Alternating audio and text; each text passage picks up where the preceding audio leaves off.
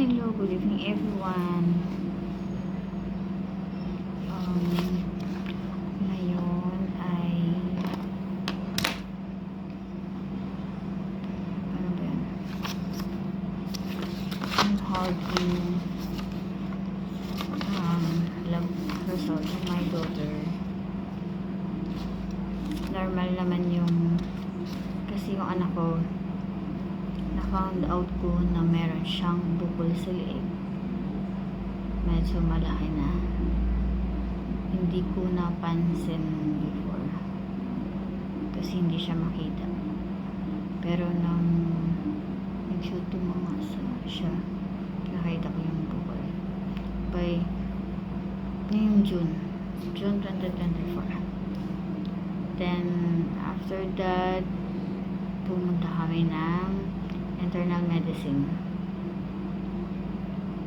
tapos nag-request siya ng lab test at saka ultrasound, and lumabas yung result. Bumalik kami sa kanya August siguro first week August ng 2020, ngayon din August. Tapos yung immunology niya is normal.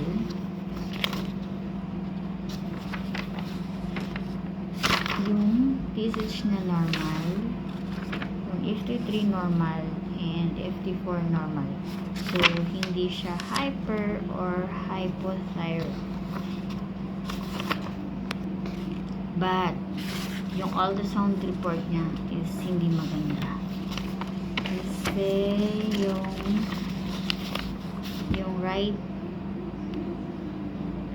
thyroid lobe niya is malaki, may enlargement compared to her left thyroid lobe. Although hindi tayo inline sa medical pero kahit pa paano nakakaintindi.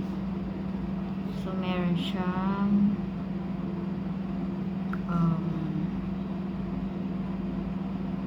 enlargement sa right thyroid lobe,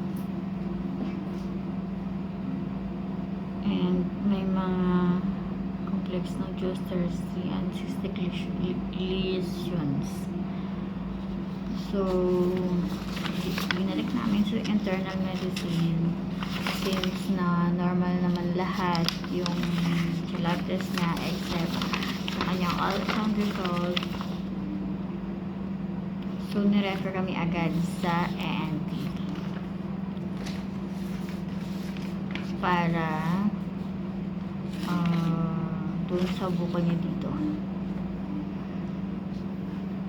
Thursday kami pumunta, 2 weeks ago, and yung sabi ng ENT, para ma-sure kung hindi na-sure na hindi sa serious or kung kailangan siyang tanggalin or hindi. So she need to undergo fine FNAB or basta biopsy Thursday, and then pagka Saturday agad nagpa-biopsy kami. Although medyo mayroon may kamahalan, kaya lang cover naman ng aking PhilHealth. So yung nagastos ko lang doctor's fee at the same time to sa laboratory kasi hindi siya cover ng PhilHealth is 6,800. Then Saturday yung result after a week pa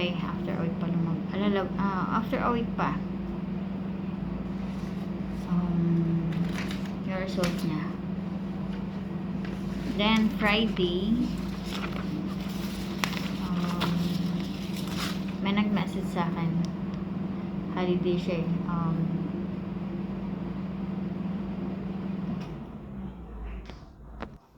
nag-burn out pa, pangalawang burn out. Ito yung sakit sa amin, laging burn out din. Ilaw agad. Ayan.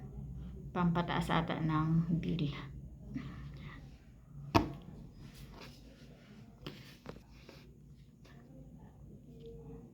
August 23, I received a message from the laboratory.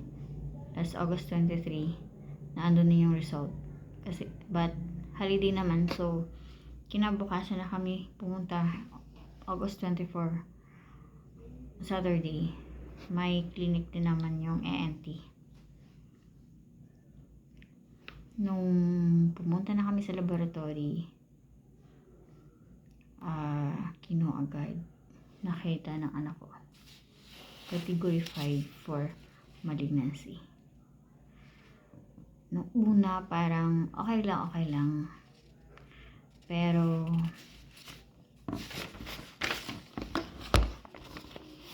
habang naghihintay kami sa doktor, as a mother, hindi mo iwasan.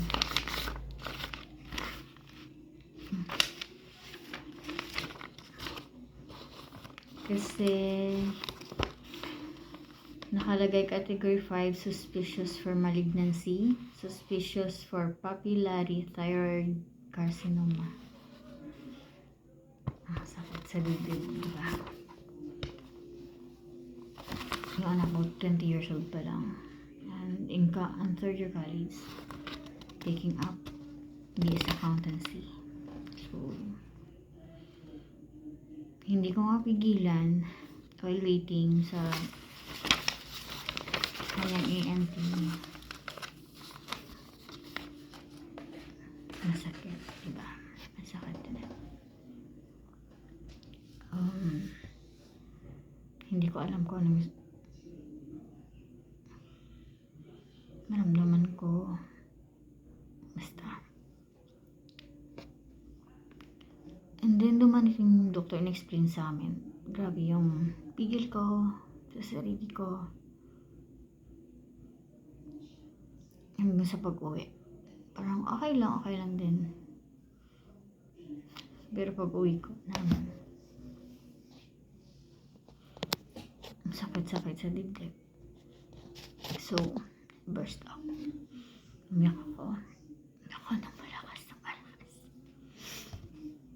Kasi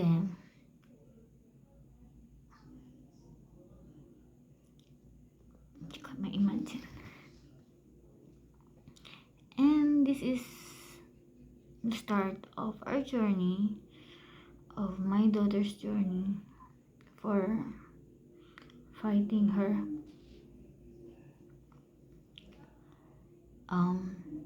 papillary thyroid carcinoma. So guys, sa next video, I'll update you again. Thank you and good night.